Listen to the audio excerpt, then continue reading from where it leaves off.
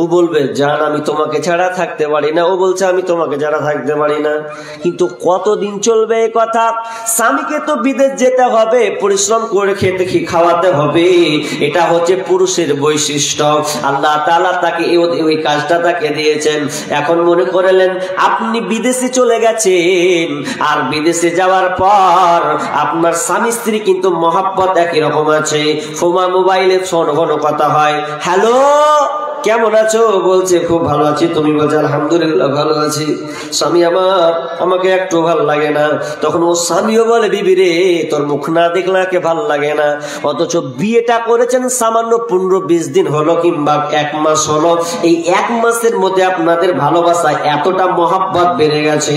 এখন ওই বিবি যদি আপনাকে ফোন করে বলে স্বামী আমার শুনছো, তুমি তো আমার সব কথা রাখো স্বামী, কিন্তু দুঃখের কি বিষয়? বলছে কি রে কি হয়েছে, কি এমন মন বেচৈন হয়ে গেছে রে বিবি? বল কি হয়েছে, বলো বলো সোনা, বলো আমার কলিজা, বলো আমার জান পাখি, কি হয়েছে বলো। এখন আপনার বিবি আপনাকে বলছে স্বামী আমার আপনি যে কানেরটা বানিয়ে দিলেন উপহার আমাকে দিয়েছেন মোহর হিসাবে, তো এই কানেরটা কিন্তু আর খুঁজে পাওয়া যায় না।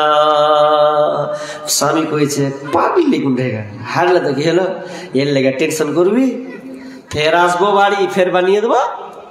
কত লিবে? 20,000 টাকা লিবে, 10,000 লিবে, কি আছে এমন? তখন বিবি খুব হাসছে, জায়গা টেনশনটা বাঁচলো। আবার 5-7 দিন পর ফের ফোন করছে, আসসালামু আলাইকুম। কি হয়েছে? বলছে মন খারাপ। কেন মন খারাপ? যে এত মন খারাপ যে শুনলাম তোমাকে খবর দিলাম কানেরটা হারালো, কিন্তু কি দুঃখের খবর, আমার বাড়িতে কি বিপদের নামলো রে, যে আমি দেখছি তো হঠাৎ করে নাকেরটা পাওয়া যায় না, সকালে উঠছি তো আর নাকেরটা খুলছি দেখছি তো ফাঁকা ফাঁকা লাগছে, তো মনটা খুব খারাপ। স্বামী বলছে বিবি টেনশন করিও না, তোমাকে আমি এতটা ভালোবাসি, তোমার মন খারাপ আমি দেখতে পারবো না রে বিবি, আমি বাড়ি আসলে তোমার নাকেরটা আমি বানিয়ে দেব। এই করতে করতে আপনার বিবি আপনাকে নাকের হারালো বলেছে, কানে আপনার কি না নাকের হারালো বললো। এ শুধু তাই নয়, হাতের বালা পর্যন্ত হারিয়েছে, এই কথা আপনাকে বলেছে। কিন্তু আপনি এক চান্সে মেনে নিয়েছেন আমার প্রাণের বিবি, আমার জান পাখি, আমি তাকে খুব ভালোবাসি, তো জায়গা হারিয়েছে তো হারিয়েছে, আমি তাকে আবার বানিয়ে দেব। এরকম চলছে। হঠাৎ করে 1 মাস পর এই যে আপনাদের সিজনে জালসা, তো জালসা ফোন করে দিয়েছে, হ্যাঁ কেমন আছো, তোমাকে গ্রামে জালসা, হ্যাঁ শুনলু রে, কিন্তু কপালে জুটলো না যেমন রে। তো 1 মাস পর জালসা তোমার এখানে, তো এই হলো তোমার বন্ধু এসেছিল যে, কে রে? ওই যে জয়দুর। ঠিকই তো, কি আপ্যায়ন হয়েছে? স্বামী লজ্জা লাগছে, এত লজ্জা লাগছে আর বলতে ভাল লাগে না, মনে হয় কিছু একটা ঘটে যাবে। খেপি পাগলি, কেন বলবি না বল না, তুই আমাকে বলবি না তার কাকে বলবি? বলছে আপনার জয়দুর বন্ধুটা আমার বাড়ি এসেছে, খাওয়া দাওয়া করেছে, সব কিছু করেছে, কিন্তু একটা জায়গায় ভুল হয়েছে। বলছে কি ভুল? বলছে তোমার ওই বন্ধু জয়দুর যেদিন বাড়ি এলো সেদিন আমি থাকতে বললাম তো ও থেকে গেল, তো থাকলো তো তোমার যে ছাপ্পর খাটখানটা আছে যে আমরা একসাথে স্বামী স্ত্রী ঘুমাই, তো ওইখানে তোমার বন্ধু আমার সঙ্গে 1 রাত কাটিয়েছে। কেমন লাগবে এবার? আগে তো বললে নাকের হারালো কানের হারালো, করছে জাগা। আচ্ছা এখন যদি বলে জাগা কো হয়েছে তো হয়েছে, এটা হবে? এই তো মিটার 100 উপরে উঠে যাবে, কি কইলি তুই? তখন বলবে চুপ কর, এতদিন তোর কানের হারিয়েছে মেনে নিয়েছি, নাকের হারিয়েছে মেনে নিয়েছি, তোর বালা হারিয়েছে মেনে নিয়েছি, আর এখন তোর জান পাখি প্রাণ পাখি চলবে না রে মুখের বেটি।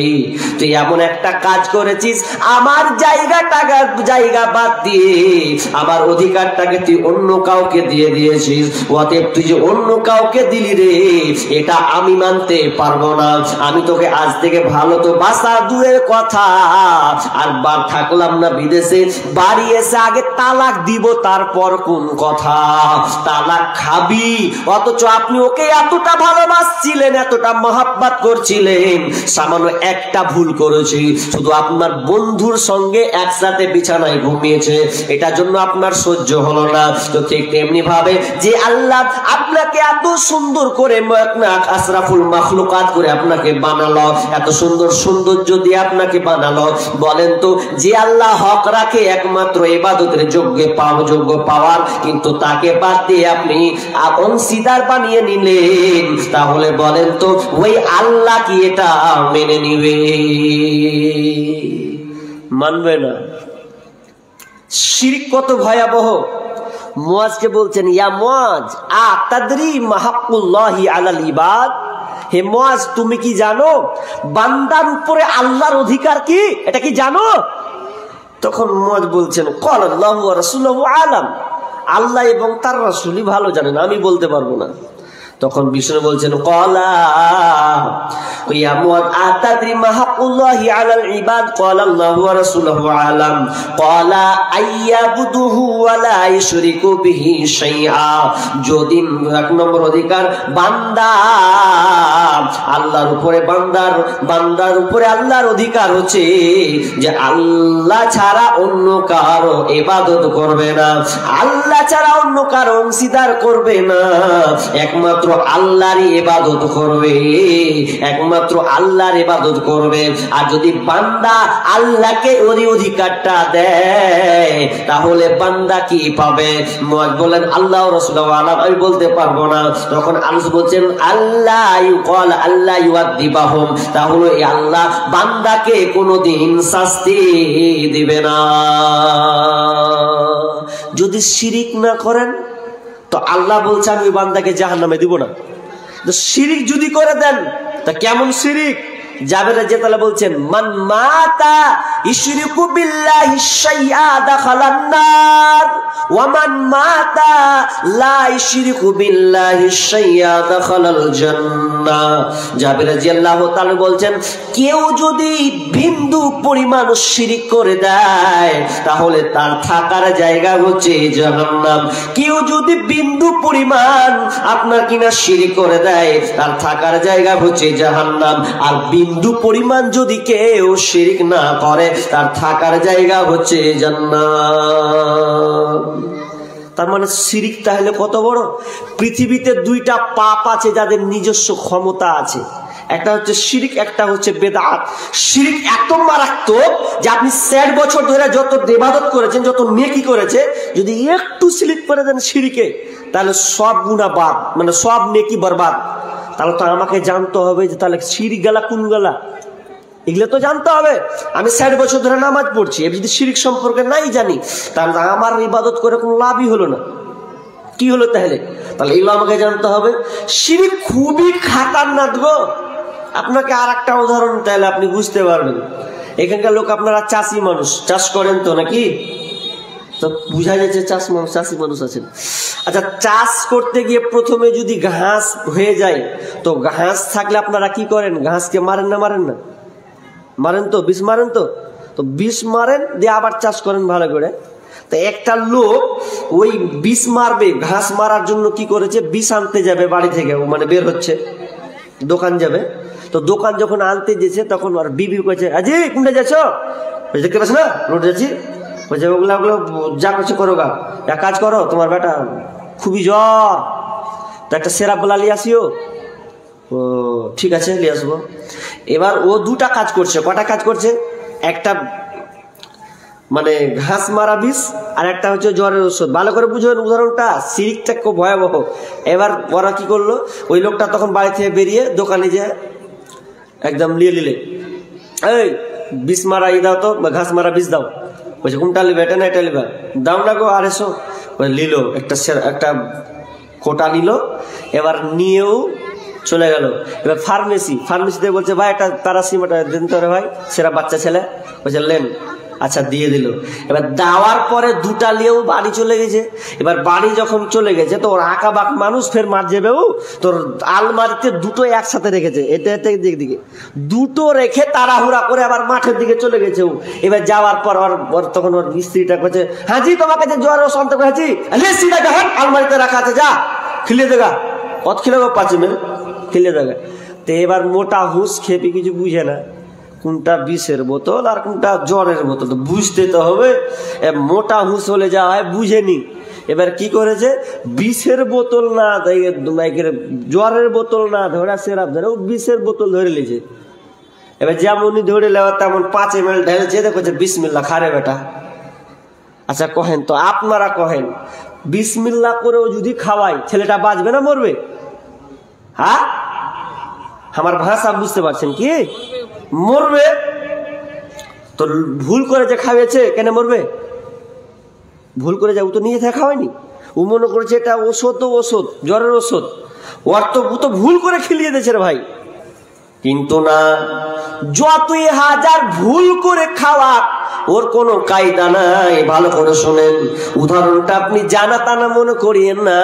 আপনি ভুল করে খাওয়িয়েছেন আপনার ঘাস মারা বিষের বোতল, এখন ছেলেটা মারা যাবে, এটা আপনার 1 নম্বর ভুল। দ্বিতীয় কথা হচ্ছে আল্লাহ তাআলা চাইলে সন্তানটাকে বাঁচিয়েও দিতে পারে, যদি তার হায়াত থাকে হসপিটাল নিয়ে গিয়ে ও বেঁচে যাবে, এটা তার হায়াতে যদি থাকে তো হতে পারে। কিন্তু শুনলেন, ভুল করেও যদি আপনি শিরিক করে মারা যান, তওবা করার রাস্তা যদি আপনি না পান, তওবা করার রাস্তা থাকার পরে যদি আপনি সংশোধন না হন, তাহলে আপনি যদি মারা যান তাহলে আপনাকে সরাসরি জাহান্নাম যাওয়া লাগবে। শিরিক করলে 5টা কেসে আপনি আসামি হবেন। 1 নাম্বার, যদি আপনি শিরিক করেন তাহলে আল্লাহ তাআলা আপনার সমস্ত নেকিকে বরবাদ করে দিবেন। নাম্বার 2, যদি আপনি শিরকে লিপ্ত হন তাহলে আল্লাহ সুবহানাহু ওয়া তাআলা আপনার ঈমানকে নষ্ট করে দেবেন। নাম্বার 3, যদি আপনি শিরকে লিপ্ত হন তাহলে আপনার জন্য জান্নাত হারাম, যদি আপনি শিরকে লিপ্ত হন তাহলে আপনার জন্য জাহান্নাম অবধারিত, আর আল্লাহ তাআলা আপনাকে ক্ষমা করবে না। তার মানে আপনাকে 5টা কেসে ঝুলতে হবে সামান্য একটা শিরক করার কারণে। আবু জার রাদিয়াল্লাহু তাআলা আনহু আল্লাহ রাসূলের সঙ্গে যাচ্ছেন, যেতে যেতে যেতে যেতে এক জায়গায় আল্লাহ রাসূল বলছেন, আবু জার তুমি এখানেই থাকো রে আবু জার, আমি গেলাম পাশে, এখানেই তুমি থাকবে। বুখারীর হাদিস। আবু জার কিছুক্ষণ পর তিনি আওয়াজ শুনতে পাচ্ছেন যেন আল্লাহ রাসূল কোন ব্যক্তির সঙ্গে যেন কথা বলছেন, কথোপকথন চলছে। এমন সময় আল্লাহ রাসূল এসে বলছেন, লোকটা যদি চুরিও করে, লোকটা যদি ব্যভিচারও করে, লোকটা যদি চুরিও করে, লোকটা যদি ব্যভিচার করে, এরপরেও সে জান্নাতে যাবে। কথাটা কেমন? বলছে লোকটা যদি চুরি করে, লোকটা যদি ব্যভিচার করে, লোকটা যদি চুরি করে ব্যভিচার করে, এরপরে লোকটা জান্নাতে চলে যাবে। আবু জার বলছেন, আপনি কার সঙ্গে কথা বলছিলেন? বলছে জিবরিলের সাথে। তো জিবরিল কি বলছে? বলছে কেউ যদি শিরিক না করে মারা যায়, কেউ যদি শিরিক করে না মারা যায় তাহলে লোকটা জান্নাতে যাবে। তো আমি জিবরিলকে জিজ্ঞাসা করলাম, আচ্ছা বলো লোকটা যদি চুরি করে তাও জান্নাতে যাবে? বলছে হ্যাঁ। লোকটা যদি ব্যভিচার করে, জেনা জান্নাতে যাবে? বলছে হ্যাঁ। তো আমি কথাটা 3 বার বললাম, তাও বলছে হ্যাঁ।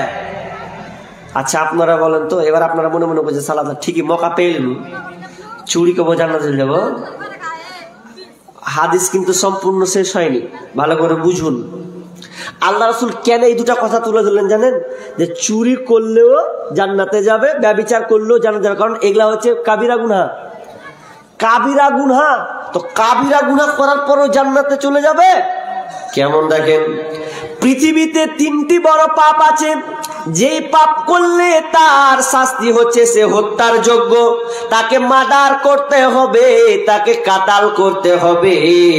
1 নাম্বার, কেউ যদি ইসলামকে ত্যাগ করে দেয়, ইসলাম মানব না আমি অন্য ধর্মকে মানব, তাহলে ওই লোকটাকে কাতাল করতে হবে, ওই লোকটাকে আপনাকে না শাস্তি দিতে হবে, ও হচ্ছে হত্যার যোগ্য।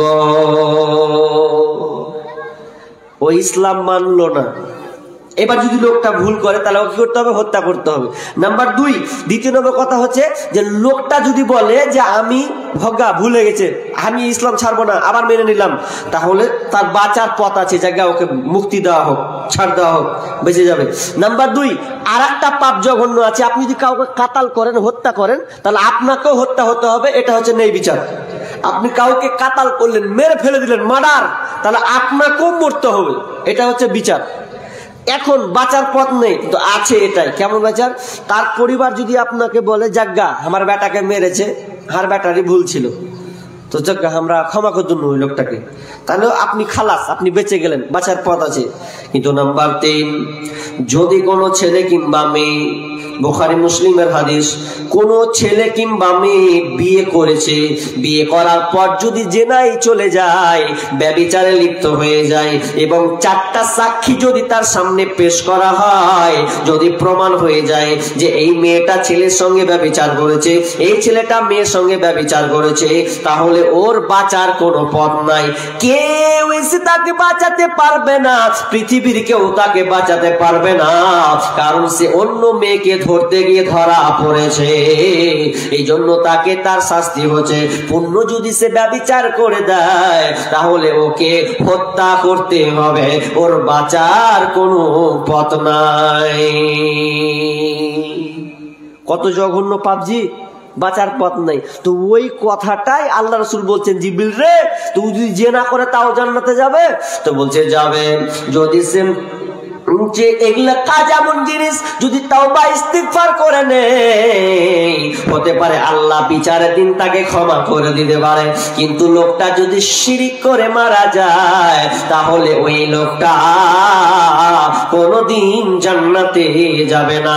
আমার সঙ্গে যে নাফরমানি করবে, আমার অধিকার যে অন্য কাউকে দিয়ে দেবে, আমি আল্লাহ তাকে ক্ষমা করব না। এবার বলেন, এতক্ষণ যা বললাম, এবার মেন কথায় আসি। এবার আমরা শিরক করছি কি করি না? একটা একটা করে বলবো, খালি ধরবেন, বাড়তে যা হচ্ছে হয় না। আল্লাহ তাআলা সূরা ইউসুফে বলছেন, 116 নম্বর আয়াত, ওয়ামা ইউমিনু আকসারুহুম বিল্লাহি ইল্লা ওয়া হুম মুশরিকুন। আল্লাহ তাআলা বলছেন অনেক লোক ঈমান আনার পরেও মুশরিক, অনেক লোক আছে ঈমান আনার পরেও সে মুশরিক হয়ে আছে, তার মানে ও ঈমান হারা হয়ে বসে আছে। একটা কথা বলি, হাদিস 1 নম্বর হাদিস, রাসূল কি বলছেন? মান হালাফা বিগাইরিল্লাহি ফাকাদ আশরাক।